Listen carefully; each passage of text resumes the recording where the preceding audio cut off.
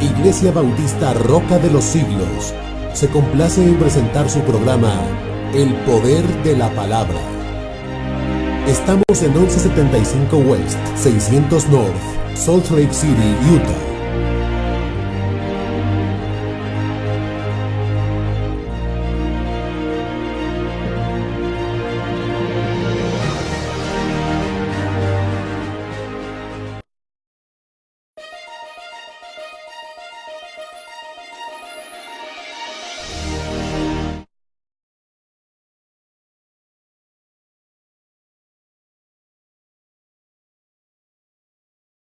El evangelio en el cual hemos estado por los últimos 3 años y pico ya, y es el evangelio en el cual estamos en el día de hoy en el capítulo 27 y estamos ya pronto a terminar este libro glorioso que hemos estado estudiando, y vamos a leer desde el versículo 38 hasta el versículo 44. Mateo capítulo 27, versículos 38 al versículo 44. Cuando lo tenga, acompáñeme de pie, por favor, con un fuerte amén, como que está deseoso de escuchar la palabra de Dios en este día. Dice su palabra: entonces crucificaron con él a 2 ladrones, uno a la derecha y el otro a la izquierda.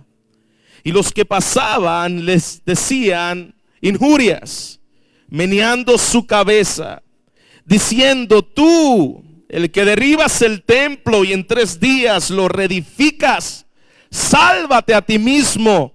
Si eres el Hijo de Dios, desciende de esa cruz. De esta manera también los príncipes de los sacerdotes, escarneciendo a los escribas y a los fariseos y a los ancianos, decían: a otros salvó, a sí mismo no se puede salvar. Si es rey de Israel, descienda ahora de la cruz y creemos en él. Dice: confió en Dios, líbrele ahora si le quiere, porque ha dicho: soy hijo de Dios. Los mismos también le injuriaban los ladrones que estaban crucificados con él. Padre, estamos delante de tu palabra santa y viva, y yo te ruego, Padre, que en esta hora tú hables a nuestras vidas, y que la gloria del Gólgota, aquello que ocurrió hace más de 2000 años, sea tan real como lo que pasó, Señor, en ese momento. Señor, que podamos vivir a la luz de esta verdad. Como decía, Señor, Lutero, que podamos vivir como si Cristo hubiese muerto hoy, como si viniera mañana. Y Padre, que Cristo sea exaltado a través de tu palabra. En Jesucristo oramos. Amén. Puede tomar asiento, amada iglesia. De manera de introducción, yo quiero recordarles las palabras que dijo Jesús cuando él comenzó el ministerio y comenzó a tener encuentros con estos hombres perversos, religiosos, conocidos y famosos en el pueblo de Israel, cuando habló acerca de toda aquella generación. Dice Mateo en el versículo 16, capítulo 16, versículo 4, dice que él estuvo en una generación, dice que esa generación era una generación perversa. Le llamó a la generación perversa. Le dijo a los líderes en Lucas capítulo 11, versículo 39, que estaban llenos y atestados de maldad. Así que cuando Jesús está hablando acerca de esa generación, de estos hombres, Jesús está percibiendo la maldad de ellos. Y en el capítulo 22, versículo 18 dice: sabiendo Jesús la maldad que había en sus corazones, les dijo. Es decir, para Jesús no era ajeno lo que el corazón del hombre estaba evidenciando a través de estos líderes falsos religiosos. De la misma forma vemos todos los todos los profetas alrededor del Antiguo Testamento que hablaban de la condición del hombre. El hombre tiene una condición depravada. Es decir, el corazón del hombre es perverso. Decía Jeremías, dice que es engañoso más que todas las cosas y perverso. ¿Quién lo conocerá? Así que los profetas hablaban de esa depravación total en el corazón del hombre. El hombre es perverso por naturaleza. Desde que usted nace en pecado, y por lo tanto el pecado es evidenciado inmediatamente luego de su nacimiento. Por eso nacemos llorando, furioso, porque el mismo pecado es evidenciado desde el segundo en que nosotros salimos de la matriz de nuestra madre. Esa es la condición de la raza humana, perversa, maligna. Y ahora Jesús está haciéndonos ver a través de la crucifixión de este glorioso Hijo de Dios y Salvador, si se pudiera llamar el epítome, la máxima, el nivel de depravación del hombre es demostrado en esta crucifixión de nuestro Señor Jesucristo. No solamente ya lo habían injuriado, usted recuerda que le habían puesto un cetro que decía: tú eres el rey, aquí tienes este puñado de paja, y aquí tienes esta corona de espina. Si tú te dices rey, recuerda la burla que le hicieron la semana pasada, que estuvimos estudiando de manera detallada estos versículos. Pues eso está revelando y exponiendo lo que está en el corazón de la raza humana. Y vimos que ninguno de los que estamos aquí somos ajenos de lo que haríamos si estuviésemos en ese lugar y si por la gracia de Dios no nos hubiese preservado. Todos los que estamos aquí éramos capaces de traicionar, de calumniar, de escupir, de abofetear, de crucificar al Hijo de Dios. ¿Y por qué tuvo que darse de esa manera? Isaías capítulo 53 versículo 4 dice que Él llevó nuestras dolencias y que llevó nuestros pecados. Es lo que Jesús estaba haciendo en ese lugar, es lo que se está cumpliendo. Isaías 53 se está cumpliendo delante de nuestros ojos en esta etapa en donde estamos estudiando que Jesús está a punto de morir y recibir toda la furia del castigo de la ira de Dios. Aquí está Jesús llevando el pecado de la humanidad, llevando las dolencias que no le pertenecían a Él y sufriendo el dolor más horrible que todos los hombres de la humanidad pueden reunir. El dolor que han pasado desde el momento en que nacieron hasta el momento en que murieron, y ninguno puede llenar el dolor que Jesús estuvo pasando. Ninguno. Todos nosotros, toda la humanidad, uniendo sus dolores, sus traiciones, sus desencantos, sus enfermedades, se puede comparar con lo que sufrió Jesús en 3 horas en la cruz. Todos juntos nunca podremos superar ese dolor, porque nunca nosotros todavía hemos experimentado la ira de Dios. Nadie. Si tú estás aquí sin Cristo, tú estás bajo la ira de Dios. Pero un día la enfrentarás. Si tú no te arrepientes de tus pecados, un día la enfrentarás. Pero la raza humana todavía no ha experimentado lo que es la furia de la ira de Dios. Todavía. Pero llegará el día donde aquellos que están sin Cristo van a experimentar esta verdad. Cristo la estaba sufriendo en 3 horas.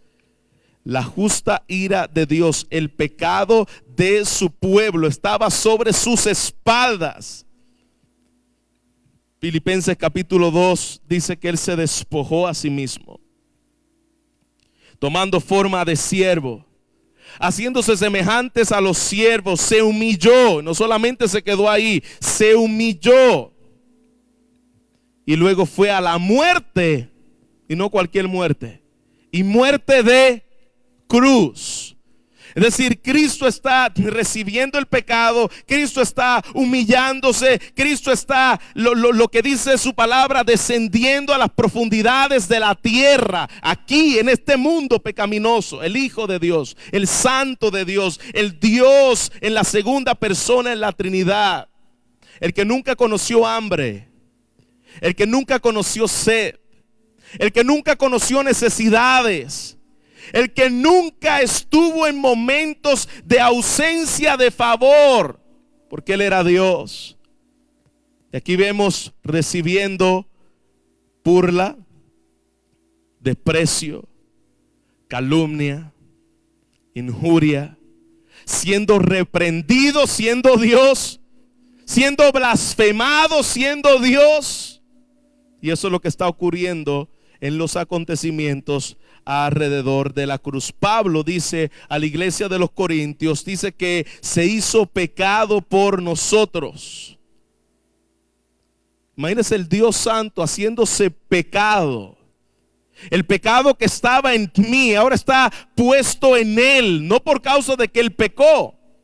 Fue hecho pecado. Dios cargó el pecado mío y el pecado de aquellos que van a creer en la persona de Cristo Jesús. Lo hizo pecado por nosotros. Ya hemos visto todo lo que Jesús ha hecho. Se hace hombre, se humilla y se hace siervo, va a la muerte de cruz, recibe el pecado que estaba sobre nosotros en la furia de la ira de Dios. El infierno entero se levanta contra Él, porque recuerda que había una promesa en que la simiente de la mujer le iba a aplastar la cabeza a Satanás. Pero Satanás le quería aplastar la cabeza a la simiente, pero no pudo. Dice que solamente le iba a dar en el calcañar, en el tobillo, en el talón. Ahí se quedó, recibiendo la furia de los hombres, recibiendo el pecado de los hombres, recibiendo la furia del infierno, pero sobre todo recibiendo la furia de la ira de Dios. Imagínense qué condición se encuentra Cristo en el día de hoy. Todo lo que nosotros podamos estar pasando en este momento no es ni sombra de lo que Cristo está recibiendo. Ni sombra. Cualquier tribulación, cualquier circunstancia en nuestra vida todavía no se compara en que tengas todos esos elementos. Versículo 27 al versículo 24. Vimos la semana pasada a estos malvados ignorantes que estaban con rabia. Ellos no sabían por qué golpeaban a Jesús, pero lo golpeaban. Ellos no sabían ni quién era Jesús. Era un ejército romano. Ellos tan siquiera ni habían oído nunca de Jesús. Y ahí estaban escupiéndole porque le parecía placentero. Estaba recibiendo la burla. Si tú eres rey, a ver, ese rey, aquí tienes tu corona de espina, aquí tienes tu manto escarlata si tú eres rey. ¿Recuerda? Los malvados ignorantes. Pero hoy vamos a ver otros grupos que también estaban. Son unos 3 grupos más que dijimos que por cuestión de tiempo vamos a verlo de manera detallada en el día de hoy. Alrededor de la cruz estaban esos 4 grupos. Número 1, los malvados ignorantes, que vimos la semana pasada de manera detallada. Y ahora vamos a ver a lo que son los sabios malvados, los conocedores malvados y los religiosos malvados. Los sabios malvados, los conocedores malvados y los religiosos malvados. Dice Lucas capítulo 23 versículo 27 que Jesús estaba al lado de 2, y es lo que vemos aquí, acabamos de leer también en el versículo 27. Jesús estaba al lado de 2 ladrones. Y dice Lucas, que no lo menciona Mateo, que esos 2 ladrones le injuriaban a Jesús. Mateo lo menciona después, a la parte de abajo final. Lucas lo menciona al principio. Y que le decían: si tú eres el Hijo de Dios, bájate a ti mismo y bájanos a nosotros. Había un deseo egoísta en medio de este deseo de estos ladrones. Y aquí están burlándose aquellos malvados ignorantes. Primer grupo, donde le da una caña, donde le pone una corona de espina. Pero ahora no se queda ahí. Lo ponen en el medio a Jesús de dos ladrones. Antes de enfatizar y de ir a estos versículos, yo no quiero dejar a Jesús solamente ahí en medio de la cruz como una maldición de lo que el hombre es y merece, sino yo quiero que también nosotros veamos lo que Jesús va a hacer. Antes de entrar a estos detalles, porque aquellos que se burlaron con corona de espinas, dice Apocalipsis capítulo 19 versículo 12, dice que pondrán las coronas delante de él. Y ya no van a ser coronas de espinas, van a ser coronas de gloria. Todos los hombres que estarán delante del Señor, dice que pondrán las coronas delante del Señor. A ti te pertenece la gloria, a ti te pertenece la majestad. También dice Apocalipsis versículo 19 capítulo 15, que ya no le darán una vara como la que le dieron en forma de burla, sino que tendrá un cetro, una vara de hierro, que va a traer juicio inmediato al incrédulo. Ese rey que está siendo escupido, blasfemado, ese rey está en su gloria y pronto vendrá. Él está en su trono y vendrá con su corona de gloria y vendrá con su cetro de justicia. Aquellos que se reían de él, se burlaban, ¡ja! A ver, si tú eres el Hijo de Dios, haz algo. El Salmo capítulo 2 dice que Dios se reirá de ellos y los tomará por burla. Llegará el día en que el Cristo que fue burlado, escupido, ese Cristo va a ser, dice su palabra, reinará sobre ellos y se burlará de ellos, porque Él es justo, Él es santo, Él es perfecto. No lo estoy diciendo yo, lo está diciendo el Salmo capítulo 2. Aquellos que se estaban burlando, aquellos ignorantes malvados, un día estarán delante de Él y Dios se va a burlar de ellos. Aquel grupo perverso, Dios se va a burlar de ellos. Dice, vuelvo otra vez a Mateo 27. Entonces hubo dos ladrones crucificados con Él, uno a la derecha y otro a la izquierda. No se conformaban con seguir deshonrando a Jesús. Vamos a ponerlo en medio de dos ladrones, en par en par. Y Lucas dice que ellos comenzaron a deshonrarlo, comenzaron a avergonzarlo, comenzaron a blasfemar de él. ¿Y por qué? Nada más de estar en medio de dos ladrones, eso es algo vergonzoso. Te están asociando con dos ladrones. Tú siendo el Dios perfecto, el Hijo de Dios, está en medio de dos ladrones. Y esa palabra ladrón no es que se llevó un caramelo en el Walmart, ni que estaban llevándose, no es que robarse un caramelo sea algo menos. Pero no está hablando de ese tipo de ladrón. Está hablando, el significado original está hablando de un saqueador. Y utiliza la palabra que ya no se utiliza en el día de hoy, la palabra bandolero. Es decir, un bandolero es una palabra vieja, pero no habla acerca de cualquier ladrón. Está hablando acerca de criminales, rebeldes, terroristas. Inclusive ellos estaban asociados con Barrabás, porque se supone que el que estuviese en medio, ¿quién era? Tenían a estos dos ladrones, criminales. Tiene el mismo pedigrí que Barrabás. Barrabás se supone que estuviese ahí colgado, no Cristo. Pero ¿por qué Barrabás no estaba ahí? Porque ¿qué fue lo que le pidió la multitud? ¿Danos a quién? Danos a Barrabás. No queremos a Cristo, danos a Barrabás. Y por eso es que Barrabás no está allí en medio de la cruz. Pero se supone que el que esté en medio de la cruz era este hombre. Y los ladrones, dice que ambos le decían: tú confías en Dios, deja que Dios te libre. Dijiste que eras el Hijo de Dios. Fíjate que ellos tenían, por esto son sabios malvados, ellos tenían un conocimiento más grande que lo que tenían el ejército de Roma. Le están diciendo cosas que los romanos no sabían. Estos eran sabios que conocían, tenían un tipo de conocimiento de Jesús. Y le dice, tú que eres el Hijo de Dios. Estaban familiarizados con la sociedad judía. Estaban familiarizados con la persona de Jesucristo, lo que Él había hecho. Algo que los romanos no tenían. No tenían esta familiaridad ni tenían este conocimiento. Ellos sabían algún concepto de Jesús. Tenían una idea de Jesús. Ellos no eran malvados ignorantes. Ellos eran malvados con algún tipo de conocimiento. Como los paganos en el día de hoy. La gente de la calle que sabe algo de Jesús. Es que la Biblia dice que de tal manera amó Dios al mundo que envió a su Hijo unigénito para que todo aquel que le crea, y eso lo saben hasta los impíos.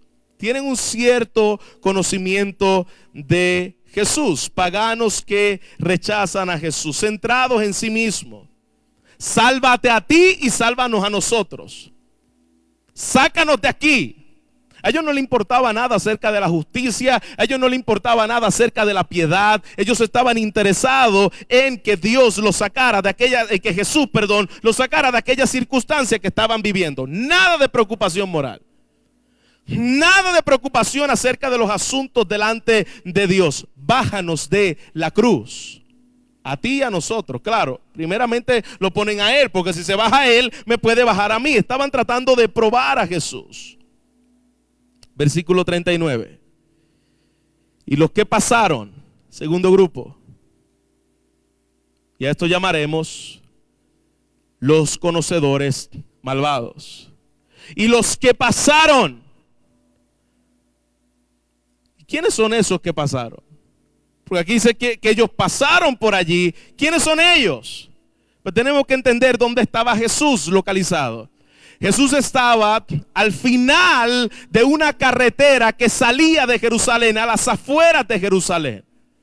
Y como Jesús estaba a las afueras de las murallas de Jerusalén, camino al norte, en esa ciudad venían entrando y saliendo personas porque se estaba celebrando ¿qué? La Pascua.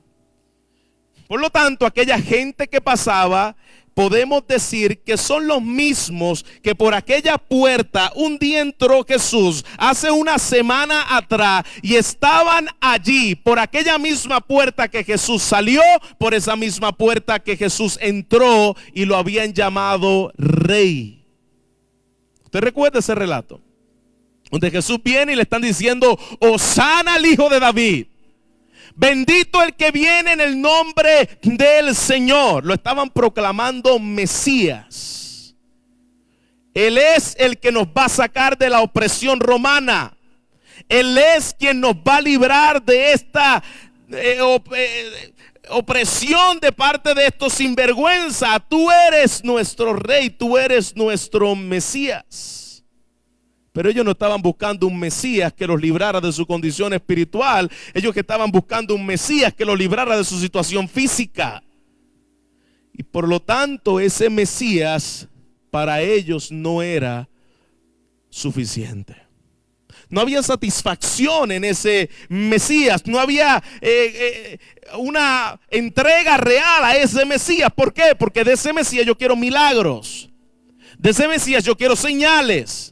De ese Mesías yo quiero prodigios. De ese Mesías yo quiero que me libere de esta condición en la cual yo me encuentro en el día de hoy. Y por lo tanto ese Mesías para ellos no es alguien que les sirva de algo. No me sirves de nada, estás colgado en una cruz. Yo que pensabas que me ibas a sacar de todos mis problemas, meneaban la cabeza, dice, le injuriaban. Aquellos que iban pasando, aquellos que un día le dijeron Mesías, ahora están burlándose de él. Y están prediciendo lo mismo o profetizando lo mismo que dijo el Salmo 22. Todo el Salmo 22 está hablando acerca de la crucifixión de Jesús. Y en el Salmo 22, en el versículo 7 dice: todos los que me ven se ríen de mí con desprecio, menean su cabeza y dice: el que confiaba en Dios. La profecía se está cumpliendo. Los mismos hombres que está hablando el Salmo, ahora está la profecía perfectamente cumpliéndose delante de sus ojos. Se burlaban de Jesús. Mire lo que dice ahí: tú que destruyes al templo y lo edificas en 3 días, sálvate a ti mismo. Si tú eres el Hijo de Dios, desciende de esa cruz, bájate de esa cruz, si tú realmente eres el Hijo de Dios. ¿Y de dónde ellos sacan esa afirmación? ¿De dónde ellos sacan: tú que dices que vas a destruir el templo en 3 días? ¿Recuerda el testigo falso que trajeron para acusar a Jesús? ¿Cuál fue la acusación que precisamente trajo este falso testigo? Él es el que dice que va a destruir el templo en 3 días y en 3 días lo iba a levantar. Y con esa acusación fue que precisamente crucifican a Jesús. Estos no está tan lejos de la realidad del siglo XXI. Estos son los que en algún momento dado de su vida tuvieron una formación espiritual. Estos son los que en el día de hoy han hecho tal vez profesión de fe. Han pasado al frente, han repetido una oración. Tal vez se han bautizado. Tal vez estaban en algún ministerio de la iglesia. Pero ¿sabes qué? Jesús no me satisface. Jesús no llenó las expectativas que yo esperaba de él. Y se han ido a otra cosa. Yo esperaba que Jesús me librara del problema que yo estaba pasando. Yo esperaba que Jesús me sanara la enfermedad que un familiar estaba sucediendo y murió. Yo esperaba que Jesús me diera bendición financiera. Yo esperaba que Jesús me guardara y no tuviera que pasar por este asunto legal. Y por lo tanto ya Jesús a mí no me satisface. Eso es lo que pasó con este grupo. Yo esperaba que Jesús me librara de Roma y míralo ahí crucificado. Yo no quiero un Mesías así. Yo quiero un Mesías que se interese en mis asuntos aquí y ahora. ¿Dónde está ese Mesías que tiene poder para hacer todas las cosas? ¿Dónde está? ¿Colgado en una cruz? Pero estos eran los que le habían cantado: Hosana, aleluya, Hosana. Ellos estaban en el culto, ellos cantaban al Señor. En algún momento dado tal vez habían cantado: cuán grande es Él. Mi corazón se llena de emoción, cuán grande es Él. Pero cuando llegaron los fracasos de la vida, cuando llegaron las decepciones de la vida, le dieron la espalda a Cristo. Tuvieron una ilusión con Cristo. No estamos hablando que gente realmente poseía la fe salvadora. Tuvieron una ilusión con Jesús, aquel que viene a resolverme el asunto. Pero ahora que tú no has hecho nada, que tú estás ahí colgado, yo quiero decirte que si tú realmente eres el Hijo de Dios, bájate de ahí. Ven. Defiéndenos. ¿Dónde está tu poder? ¿Dónde está aquel que dice que es todopoderoso Dios? Y comenzaron a blasfemar contra él. Los ladrones, aquellos que eran ignorantes, pero ahora tenemos a gente conocedora de Cristo. Sabían quién era Él, le habían cantado, le habían aparentemente adorado. Conocedores malvados. Pero todavía ese no es el peor grupo de los 4. Cada vez se van poniendo peor. Mira lo que dice el versículo 41. De esta manera, también los principales de los sacerdotes, encarnecidos con los escribas y con los fariseos, nada más, la plana mayor de la religión judía, y los ancianos. Aquí no estamos hablando de cualquier persona, no estamos hablando de los malvados ignorantes, no estamos hablando de los sabios malvados, no estamos hablando de los conocedores malvados, estamos hablando de la gente que compone la autoridad espiritual en medio de Israel. Gente respetada, gente con madurez, con supuesta sabiduría, componían el Sanedrín. Los gobernantes de Israel espiritualmente, los que se suponen que llevaran la verdad al pueblo, los que se supone que orientaran al pueblo, que conocieran la verdad de Dios al pueblo, que veneraban la palabra de Dios. Estos son los hombres que está hablando aquí: principales, escribas, fariseos, ancianos. Mira lo que dice. Versículo 42. A otros salvó. A otros salvó. Qué interesante. ¿Qué quiere decir aquí Jesús con eso? ¿qué quiere decir ellos al decir de Jesús eso? A otros salvó. ¿Usted recuerda lo que Jesús hizo?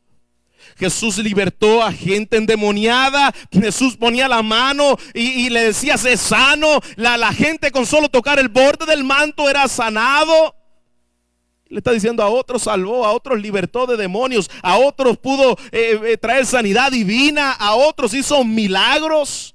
Era imposible que ellos dudaran de los milagros de Jesús. Ellos lo reconocían. Este hombre salvó a mucha gente. Ellos no tenían duda de los milagros de Jesús. Lo que ellos ponían en duda era la fuente de donde venían esos milagros, pero ellos no tenían duda de los milagros de Jesús. Aquí lo vemos claramente: a otros salvó. Era imposible que ellos pudieran poner en duda, porque lo veían delante de sus narices, no lo podían negar. Solo que ellos decían: este sana por medio de Belcebú, este sana por el príncipe de los demonios. Pero ellos no negaban que sanaba. Ellos no negaban que era real lo que Jesús estaba haciendo allí. No lo podían negar. Pero ahora allí colgado en la cruz, dice: lo que nosotros decíamos es real. Tú que sanabas a personas, que hacías milagros, que hacías hechos potentosos. Ahora, si realmente lo que tú hacías no era por mano de Satanás, bájate de la cruz. Y tú me vas a demostrar que realmente vienes del poder de Dios y que lo que hacías no era de parte de Satanás, que sino realmente era de Dios. Chócala aquí. Pa. Ahora sí, principales, sacerdotes, escribas, ancianos. Lo que decíamos era verdad. Este hombre es un hombre que hace milagros por causa de Belcebú. Él no tiene autoridad de parte de Dios. Y mira la palabra que ellos utilizan: bájate de ahí ahora. En este momento estaba Jesús en el último momento de su vida y todavía ellos estaban pidiendo una señal a Dios. A ver, ya hemos visto señales, pero no creo que sean de parte de Dios, son de parte de Belcebú. Si realmente, esta es la prueba final, ¿y tú crees que realmente ellos le iban a hacer caso si Jesús hacía eso? Claro que no. Ellos lo que estaban haciendo aquí era solamente burlarse del Señor. Si eres el Hijo de Dios, bájate ahora. Yo creo que de aquí es donde el movimiento moderno de sanidades y milagros tomó el ahora. ¿Ustedes han visto eso? En los movimientos del día de hoy, que le cuentan a Dios y le dicen: Señor, 1, 2 y 3, ahora sana. ¿Desde cuándo nosotros somos aquellos que le manejamos el tiempo y la autoridad a nuestro Señor Jesucristo? Pues eso es lo que le estaban diciendo a él ahí. Ahora, bájate. Y nosotros nos vamos a convencer que tú realmente eres el Hijo de Dios. Pero tú sabes lo que dice la Biblia, que la fe viene por el oír y el oír viene por la palabra. La fe no viene por los milagros. Tú puedes ver milagros desde el día en que te levantas hasta el día en que te mueras, y eso no salva a nadie. El pueblo de Israel vio milagros tras milagros y entraron solamente 2 a la tierra prometida. Estos sinvergüenzas habían visto milagros tras milagros y estaban delante de la cruz blasfemando el nombre de Cristo. Los milagros no salvan a nadie. Y pastor, ¿y usted cree en milagros? Si usted cree en Dios, usted no puede dejar de creer en los milagros. Dios es real, pero la forma en que Cristo salva no es a través de los milagros. ¿Y para qué son los milagros? Para confirmar la fe de los que ya creen, no para darle fe a los que no creen. Nunca los milagros trajeron fe a los que no creían. Nunca. En la Biblia los milagros lo único que hacía era confirmar, animar en la fe a los que ya creían en Él. Pero un incrédulo no puede seguir a Dios por causa de milagros. Lo buscan por causa de los milagros, claro que sí, eso nunca faltan. Las iglesias están llenas de gente buscando milagros, y cuando Dios no se los da, se van. Porque no vienen buscando a Dios, no vienen buscando su palabra, vienen buscando beneficios personales. Cuando no los encuentran, vámonos de aquí, que ese Dios no sirve. Se burlan de Él. Creen que la única forma en que Dios puede obrar en nuestras vidas es a través de milagros. No es así. Cuando usted esté pasando por una circunstancia, cuando esté pasando por una enfermedad, cuando esté pasando por una necesidad delante de Dios y esté necesitado de la obra de Dios en tu vida, pídele a Dios: Señor, trae gloria a tu nombre a través de lo que yo estoy pasando. Eso sea que me sanes, o eso sea que me mantengas con esta circunstancia para que otros puedan ver tu gloria. Pero Señor, el centro no es mi milagro, el centro no es mi petición, el centro es tu gloria. Que tú seas glorificado, que tú seas exaltado, que tú seas adorado, que tú seas bendecido. Pero ellos no podían ver esto. Ellos decían: bájate de ahí. Eso es lo único que tú me muestras si tú eres el Hijo de Dios. No podían ver lo que Cristo estaba haciendo ahí. No podían ver la obra de gracia milagrosa que Cristo estaba haciendo ahí. Capítulo 22, versículo 8, habla acerca de estas palabras que ellos están repitiendo precisamente. Si tú eres el Hijo de Dios, si tú confías en Dios, líbrate. Tú que has afirmado en muchas ocasiones que eres el Hijo de Dios, líbrate. ¿Hasta dónde llega la falsa religión? ¿Hasta dónde llegan los hipócritas? ¿Hasta dónde llegan los falsos profetas vestidos con piel de oveja cuando son lobos rapaces?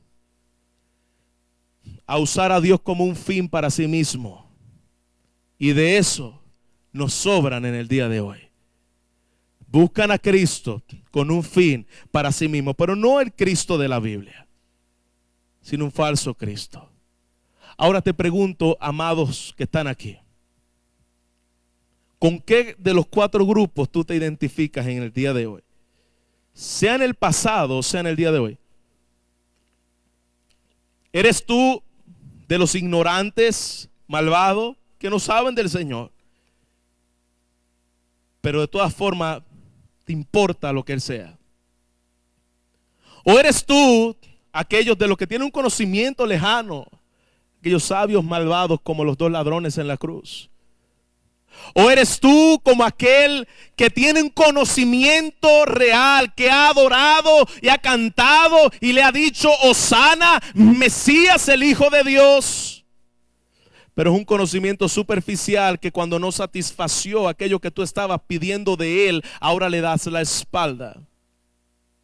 ¿O eres tú de aquel grupo religioso que está blasfemando al Señor, está injuriando al Señor simplemente porque Él no es aquello que tampoco a ellos les satisface?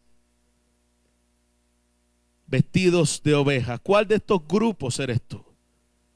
Estamos en uno de estos cuatro, no hemos estado en uno de esos cuatro, pero yo tengo esperanza para ti en el día de hoy.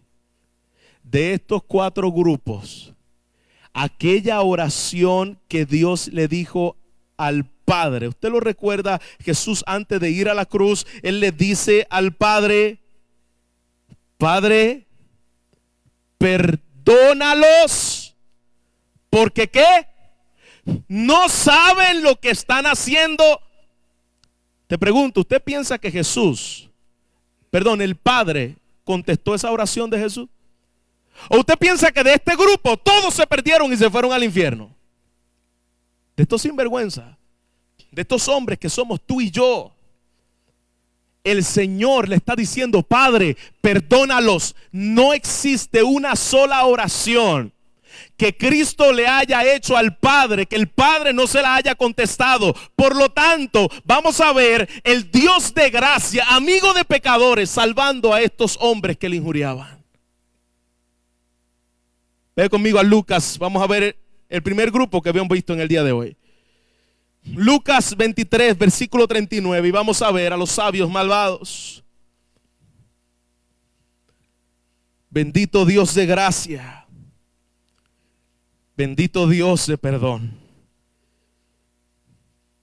Lucas 23, versículo 39, dice: y uno de los malhechores que estaba colgado le injuriaba. Pero Mateo dice que los dos le injuriaban. Llegó un momento dado donde uno de ellos dejó de hacerlo y le injuriaba diciendo: si tú eres el Cristo, sálvate a ti mismo y a nosotros. Respondiendo el otro, le respondió diciendo: ¿ni aún tú temes a Dios, estando en la misma condición, condenación? Nosotros a la verdad justamente padecemos, porque recibimos lo que merecemos nuestros hechos. Mas este ningún mal hizo. Fíjate bien, aquí está lo que todo pecador necesita para poder ser salvo. Mira lo que le dijo este hombre: nosotros a la verdad que justamente padecemos. Es decir, la condenación que estamos recibiendo nos la merecemos completa. Ese es el principio para que una persona encuentre y realmente esté recibiendo la gracia de Dios. Lo primero que haces al ver tu condición y tu pecado es saber que te lo merece. Yo merezco ser condenado. Si una persona está aquí y todavía tiene la idea que no merece irse al infierno, todavía no conoce el evangelio. Escuchó eso muy bien. Si tú estás aquí y piensas que tú no mereces que estés toda la eternidad bajo la ira de Dios, tú no has conocido la gloria de la cruz. Porque precisamente el evangelio viene para gente que conoce que están condenadas bajo maldición. No para los que se creen limpios, no para los que se creen santos, no para los que se creen que están bien con Dios. Este hombre pudo reconocer: yo merezco esto. Yo merezco estar aquí. Dice: porque recibimos lo que merecemos. Si Dios nos echara a todos al infierno, ¿sabe lo que estaríamos recibiendo allí? Lo que merecemos, la ira de Dios. Recibimos lo que merecemos, mas mira lo que hace el glorioso intercambio. Este hombre lo vio en la cruz. Mas este, yo sí, mas este ningún mal hizo. Él es digno de adoración, no de muerte. Este hombre vio el evangelio allí en la cruz. ¿Cómo lo pudo ver? ¿Por qué lo pudo ver? Porque Jesús dijo: Padre, perdónalos, porque ellos no saben lo que hacen. La gracia de Dios alcanzó a este hombre segundos antes de morir. Versículo 40. Respondiendo el otro respondió: ni aún temes a Dios estando, versículo 42. Versículo 42. Y Jesús les dijo, mira qué interesante. Acuérdate, y dijo a Jesús: acuérdate de mí cuando vengas en tu reino. yo necesito de tu gracia, porque de otra forma yo no puedo salir de aquí de la cruz. De otra forma yo no puedo salir de la condenación en la cual yo me encuentro hoy. Y mira lo que dice el versículo 43. Y entonces Jesús le dijo: de cierto te digo que hoy tú no tienes que ir a un purgatorio. Tú no tienes que pasar por un momento dado en que tú tienes que purgar tus pecados para que luego puedas ir al cielo. Mentira diabólica de la Iglesia Católica. Hoy estarás ¿con quién? Conmigo en el paraíso. No hoy vas al purgatorio, hoy tú vas a estar conmigo, me vas a ver cara a cara y estaremos por siempre. Gloria a Dios. Esa es la gloria del evangelio. Hoy estarás conmigo en el paraíso. Es por mi obra, es por mi sangre, es por mi sacrificio. No hay otro intermediario entre Dios y los hombres que Jesucristo hombre. No hay forma en que te puedas salvar. Hoy estarás conmigo en el paraíso. No son tus obras, no son tu bautismo. Ah, pastor, y me tengo que bautizar. Claro, pero este hombre no se podía bautizar, iba a morir en un segundo. No es tu membresía, es la sangre del Cordero de Dios. Un blasfemo, malvado, salvado por gracia. Primer grupo. Segundo grupo, Hechos capítulo 2, versículo 14. Vamos a ver a los conocedores malvados siendo escuchada la oración de perdónalos, porque no saben lo que hacen. Hechos 2, versículo 14. Ese es el gran sermón de Pedro. Pedro se para a predicar delante de la multitud que había crucificado al Mesías. Malvados conocedores, hombres que sabían de él, hombres que habían adorado, hombres que habían proclamado a Cristo como el Mesías de Dios. Mira este sermón, qué poderoso. Vamos a leer varios versículos. Versículo 14 dice: y entonces Pedro, poniéndose en pie con los 11, alzó la voz y les habló diciendo: varones judíos y todos los que habitáis en Jerusalén. Imagínate ese sermón. Esto sea notorio y oíd estas palabras. Versículo 22. Varones israelitas, oíd estas palabras. Jesús Nazareno, varón aprobado por Dios entre vosotros, con maravillas, prodigios, señales que Dios hizo entre vosotros por medio de él, como vosotros mismos sabéis. A este entregado, Pedro conocía la soberanía de Dios. Pedro conocía la doctrina perfecta de esta gloriosa soberanía. A este entregado por el determinado consejo. Jesús no fue una casualidad.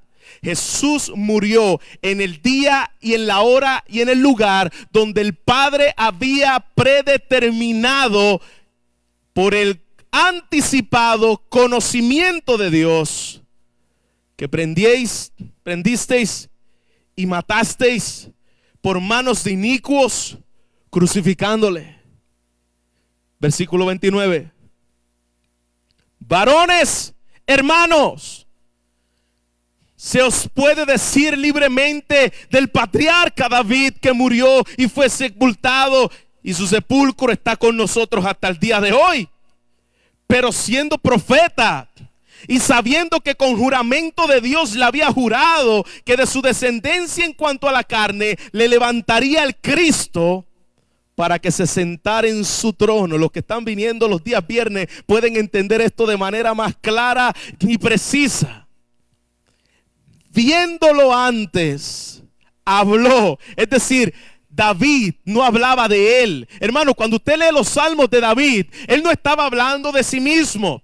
Cuando usted lee que está diciendo: bienaventurado el limpio de mano y puro de corazón, ¿usted piensa que está hablando de él? David escribía de Cristo. Todos los salmos de David hablan de Cristo, no hablan de él. Porque ¿dónde está el limpio de mano aquí? ¿Dónde está el puro de corazón aquí? No hay ni uno. ¿Quién subirá al monte de Jehová? ¿Tú sabes quién es el único que puede subir al monte de Jehová? ¿Y quién es limpio de mano y puro de corazón? Cristo. David no estaba hablando de él. Aquí lo dice claramente. Viendo antes habló de la resurrección de Cristo, que su alma no fue dejada en el Hades, ni su carne vio corrupción. Esto David no lo estaba diciendo de él, lo estaba diciendo de Cristo. A este Jesús resucitó Dios, de los cuales todos nosotros somos testigos. Imagínate ese sermonazo que estaba diciendo allí Jesús. La gente estaba así, Pedro, perdón. Wow. Mira lo que sucede. Cuando ellos oyen este sermón, cuando oyen estas palabras, los mismos que decían Hosana, los mismos que le dijeron blasfemo, bájate de la cruz, que le gritaban crucifícale, crucifícale, burlándose de él. Versículo 36. Sepa pues, ciertísimamente, toda la casa de Israel, que a este Jesús, a quien vosotros crucificasteis, Dios lo ha hecho Señor y Cristo. Esto no es una sangre que vino a caer en tierra en vano. Jesús no vino a hacer una crucifixión hipotética para que a ver a quién le dé la gana de venir a mí. No, no, no, no, no. Este Cristo, este Dios ha hecho a este Señor y Cristo. Y mira lo que sucedió con aquella multitud que había blasfemado a Jesús. No todos de ellos, pero sí parte de ellos.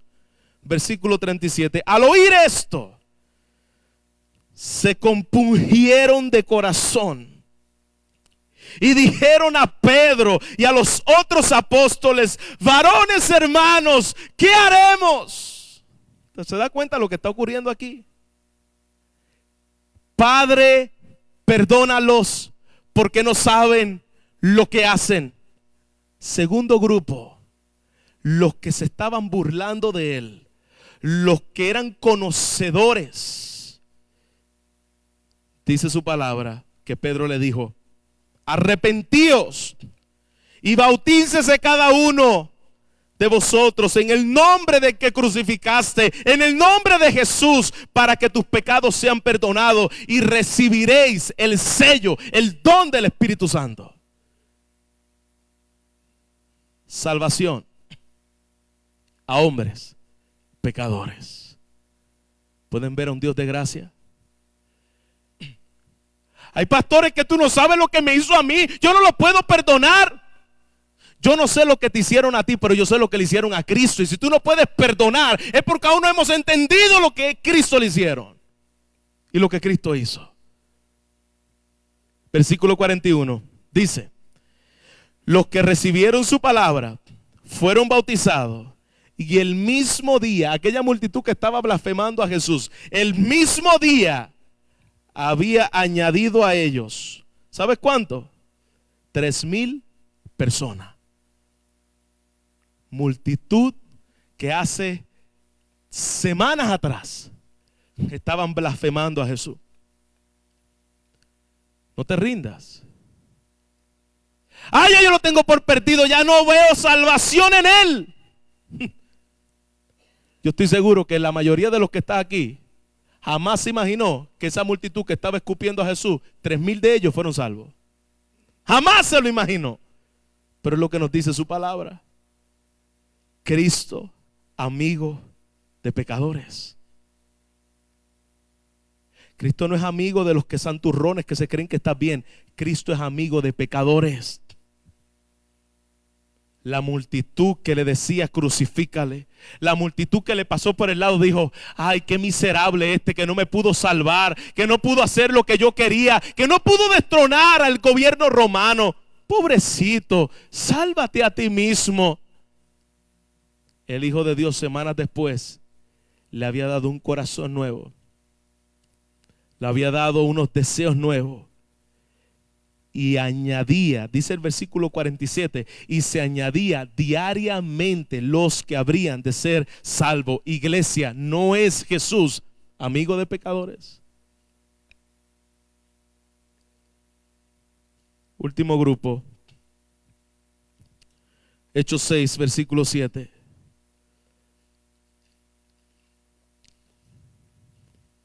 El primer grupo se los dije la semana pasada y no lo quiero enfatizar tanto porque lo voy a tocar la semana que viene, que era el grupo de los soldados, el grupo de los malvados ignorantes. Dice en Lucas que uno de ellos creyó. Dice, uno de los soldados dijo, verdaderamente este es el Hijo de Dios, salvo por la gracia de Dios. Y vamos a ver el último grupo, Hechos versículo 7, versículo 6, capítulo 6, versículo 7. Y vamos a ver a los malvados religiosos siendo salvos por gracia. Y crecía la palabra del Señor, y el número de los discípulos se multiplicaba grandemente en Jerusalén. Y también, mira quién estaba en ese grupo de los discípulos. Y también muchos, no algunos, muchos de los que dice iglesia, de los sacerdotes obedecían a la fe.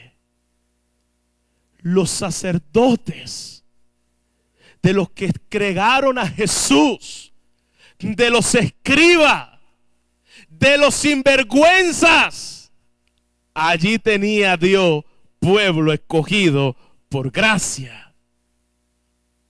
No juzgues antes de tiempo. Deja a Dios que haga lo que Él va a hacer. No te adelantes en enviarlos al infierno.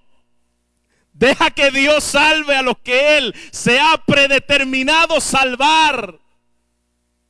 Esa es la obra del Evangelio. Yo no sé dónde están ustedes en el día de hoy.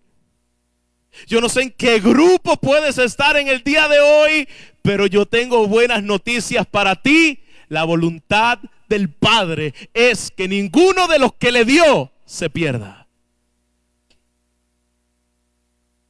Hoy es el día de salvación. En cualquier grupo que te encuentres, hoy es el día de salvación, no mañana. Yo no te puedo asegurar dónde va a estar tu vida mañana, pero yo te puedo asegurar que si hoy tú te arrepientes de tus pecados y tú te aferras a la fe en el Hijo de Dios como tu sustituto, reconociendo como aquel ladrón en la cruz, yo merezco tal castigo, pero Él no. Hoy Dios te salva. No tienes que esperar. Arrepiéntete y cree en el Señor Jesucristo. Esa es la compasión del don de Dios. Esa es la compasión de la gracia de Dios. Pastor, ¿cómo Cristo se pudo quedar en aquella cruz recibiendo las injurias que recibía? ¿Cómo no se bajó y los consumió? ¿Sabe por qué no se bajó y lo consumió? Porque yo vine a hacer la voluntad del Padre, dijo el Señor.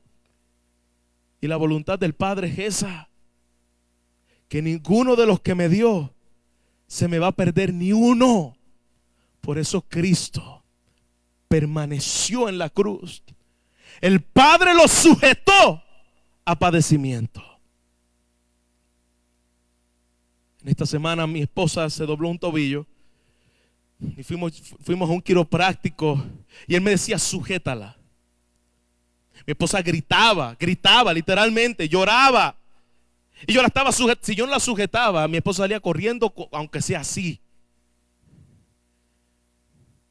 Y mi esposa me dice, me vino a la mente el pasaje de: el Padre lo sujetó a padecimiento. Ahí te mantienes porque esta es la voluntad del Padre. Yo vine a agradar al Padre. Yo vine a salvar a mi pueblo. Yo vine a buscar a las ovejas perdidas. Yo vine y lo vengo a hacer por gracia. Vamos a orar. Póngase de pie. Para más información, preguntas y comentarios, visite nuestra página web www.cbtroca.com, donde encontrará este y otros recursos enteramente a su disposición. Hasta la próxima.